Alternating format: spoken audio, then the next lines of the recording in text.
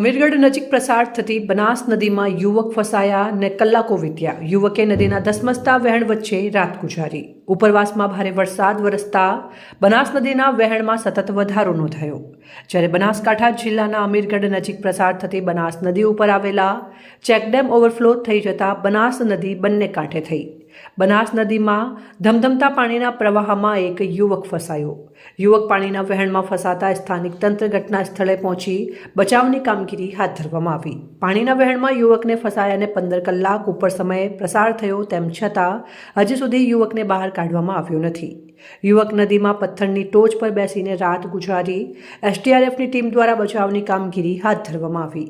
વધુમાં કલેક્ટરે જણાવ્યું હતું કે જો એસડીઆરએફની ટીમ દ્વારા બચાવ કામગીરી હાથ ધરવામાં આવી છે અને વધુ બચાવમાં જરૂર હશે તો હેલિકોપ્ટરની મદદ તૈયાર કરશે.